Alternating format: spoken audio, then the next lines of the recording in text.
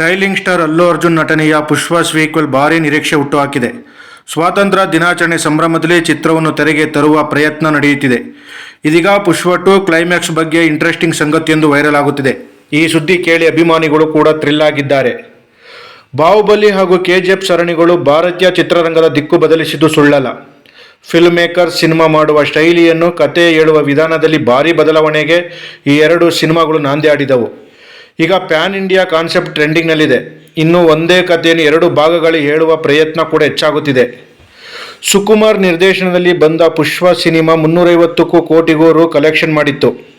ಪುಷ್ಪರಾಜ್ ಆಗಿ ನಟಿಸಿ ಅಲ್ಲು ಅರ್ಜುನ್ ರಾಷ್ಟ್ರ ಪ್ರಶಸ್ತಿ ಮುಡಿಗೇರಿಸಿಕೊಂಡರು.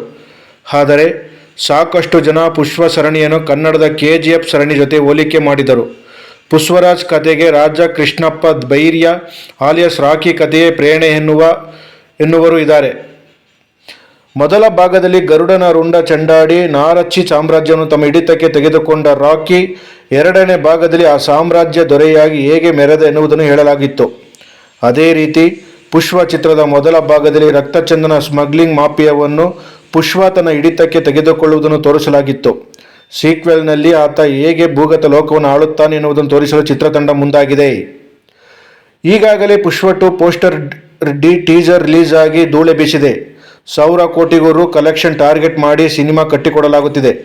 ಇದೆಲ್ಲದರ ನಡುವೆ ಸಿನಿಮಾದ ಕ್ಲೈಮ್ಯಾಕ್ಸ್ ಬಗ್ಗೆ ಕ್ರೇಜಿ ನ್ಯೂಸ್ ವೈರಲ್ ಆಗುತ್ತಿದೆ. ಪುಷ್ಪರಾಜ್ ಕತೆ 2 ಭಾಗಗಳಾಗಿ ಮುಗಿಯುವುದಿಲ್ಲ, ಪುಷ್ಪ 3 ಕೂಡ ಬರುತ್ತದೆ ಎನ್ನಲಾಗುತ್ತಿದೆ. ಈಗಾಗಲೇ ಕೆಜಿಎಫ್ 3 ಸಿನಿಮಾ ಕೂಡ ಘೋಷಣೆಯಾಗಿದೆ. ಕೆಜಿಎಫ್ 2 ಕ್ಲೈಮ್ಯಾಕ್ಸ್ನಲ್ಲಿ ಮತ್ತೊಂದು ಸೀಕ್ವೆಲ್ ಬಗ್ಗೆ ಸುಳಿವು ಸಿಕ್ಕಿತ್ತು. ಇದೇ ರೀತಿ ಈಗ ಪುಷ್ಪ 2 ಕ್ಲೈಮ್ಯಾಕ್ಸ್ನಲ್ಲಿ ಟ್ವಿಸ್ಟ್ ಕೊಡಲು ಸುಕುಮಾರ್ ಮುಂದಾಗಿದ್ದಾರೆ ಎನ್ನುವ ಮಾತುಗಳು ಕೇಳಿ ಬರುತ್ತಿದೆ. ಹಾಗಂತ ಇದು ಹೊಸ ಕಾನ್ಸೆಪ್ಟ್ ಏನಲ್ಲ. ಹಾಲಿವುಡ್ ಸಿನಿಮಾಗಳಲ್ಲಿ ಇಂತಹ ಸಾಕಷ್ಟು ಉದಾಹರಣೆಗಳಿವೆ.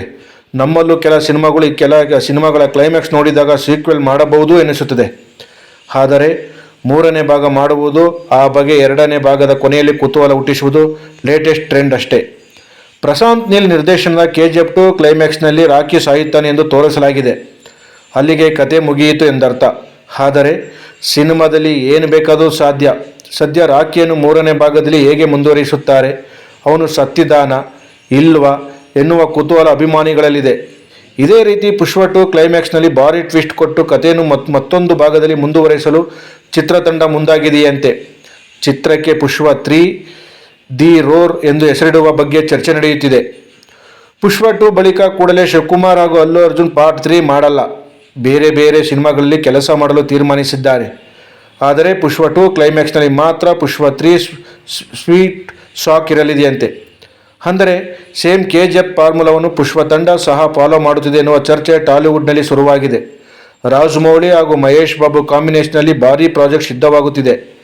ಮತ್ತೊಂದು ಭಾಗಕ್ಕೆ ಕತೆ ವಿಸ್ತರಣೆ, ಆ ಸಿನಿಮಾ ಕ್ಲೈಮ್ಯಾಕ್ಸ್ ಡಿಸೈನ್ ಮಾಡುವುದಾಗಿ ಕತೆಗಾರ ವಿಜೇಂದ್ರ ಪ್ರಸಾದ್ ಹೇಳಿಕೊಂಡಿದ್ದಾರೆ.